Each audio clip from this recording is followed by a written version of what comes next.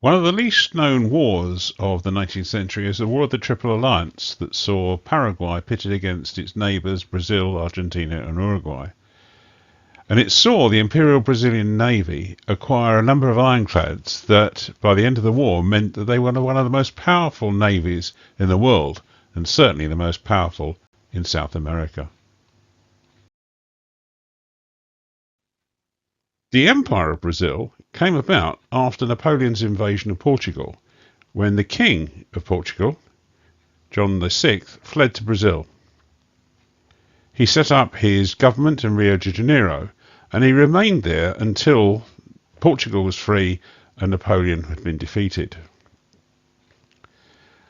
And it was on the advice of Portugal's ambassador to the Congress of Vienna that he created a united kingdom of Portugal, Brazil and the Algarves in late 1815. When he returned to Portugal, John left his son Pedro in Brazil to reign as regent. But with a degree of encouragement from his father, Pedro declared Brazil independent in 1822, and he then became Pedro I, the first emperor of Brazil.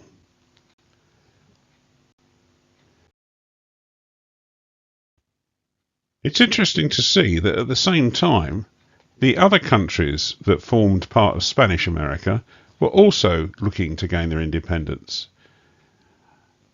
Spain's grasp on those colonies had been loosened by the Napoleonic Wars, and by 1833 almost all of the Spanish colonies had gained their independence. And amongst these were Argentina in 1816 and even before that in 1811 Paraguay.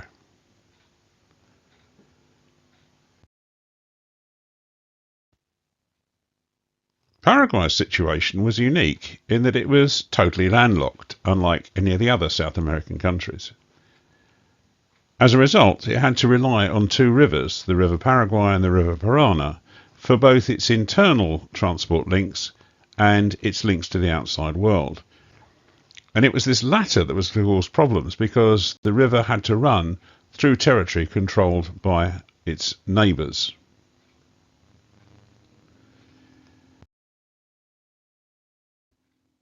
Now, when Paraguay gained its independence in 1811, it was ruled by a dictator, José Gaspar Rodriguez de Franca. He died in 1840,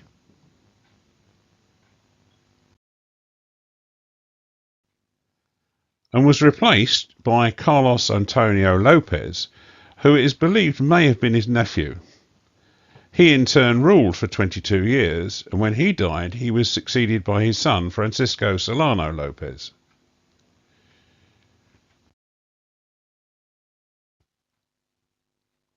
As soon as he became dictator-president of Paraguay, Francisco Solano Lopez began a program of improving the country's economy and military strength. He encouraged the expansion and creation of a whole series of new industries, including the production of steel, textiles, paper, ink. He had shipbuilding yards built, armaments factories created, and gunpowder mills built. He also installed telegraph lines and began building a number of railways.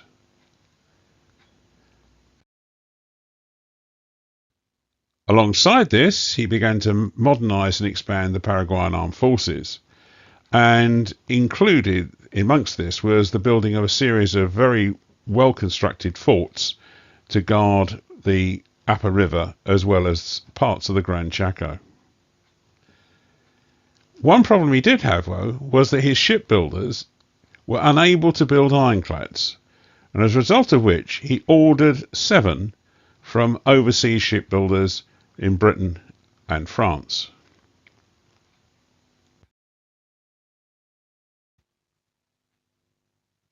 The ships he ordered included the Bellona and Minerva from John Laird's of Birkenhead, the Triton, Medusa, Cabral and Colombo from Rennie's of Millwall, and the Nemesis from the Armand brothers in Bordeaux.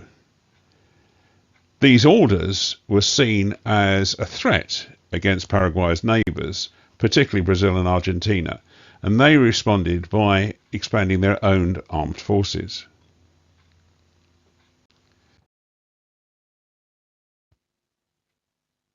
Tensions were increased because of the situation in Uruguay. At the time, Uruguay was governed by the Blanco Party, and in opposition and fighting in an armed revolt against them were the Colorado Party. Lopez supported the Blancos, and the Brazilians supported the Colorados.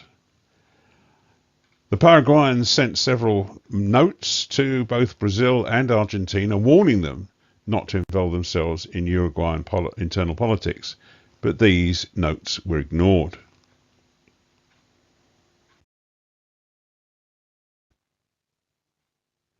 Matters came to a head when, on the 12th of October 1864, the Brazilians, with the support of the Argentinians, invaded Uruguay.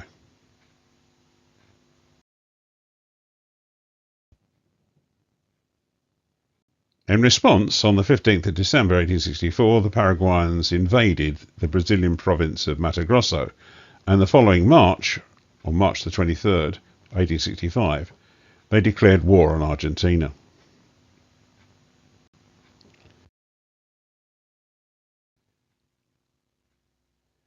By this time, the Colorados had seized power in Uruguay, and on the 1st of May 1865, Brazil, Argentina and Uruguay signed a secret treaty, the Treaty of the Triple Alliance.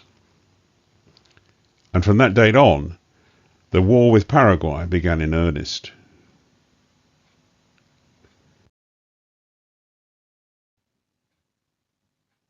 When the war broke out, the Brazilian Navy had no ironclads, but it was obvious they were going to need them if they were going to defeat the Paraguayans, particularly if the Paraguayans were able to take delivery of the ships they had on order. They also had the lessons of the American Civil War to look at and learn from, particularly the operations along the rivers such as the Mississippi, which showed that you needed armoured warships if you were going to deal with the fortifications, and there were plenty of them on the River Paraguay.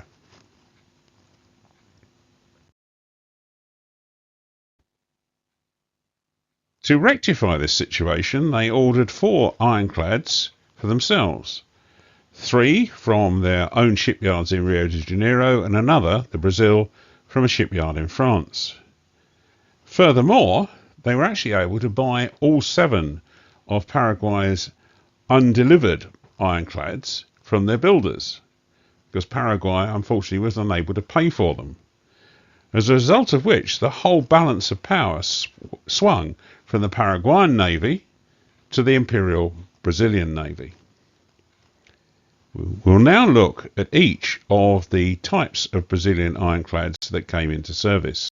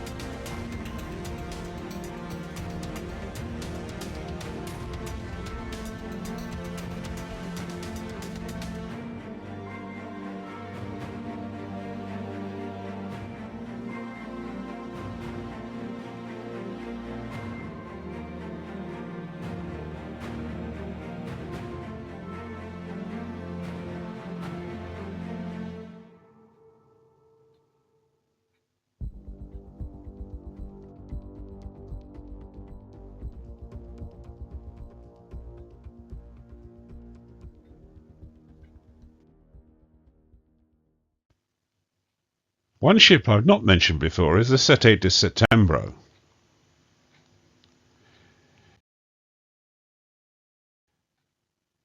As you can see, she was completed after the war had ended and is here included, just so you get a full coverage of what ironclads the Brazilian Navy operated.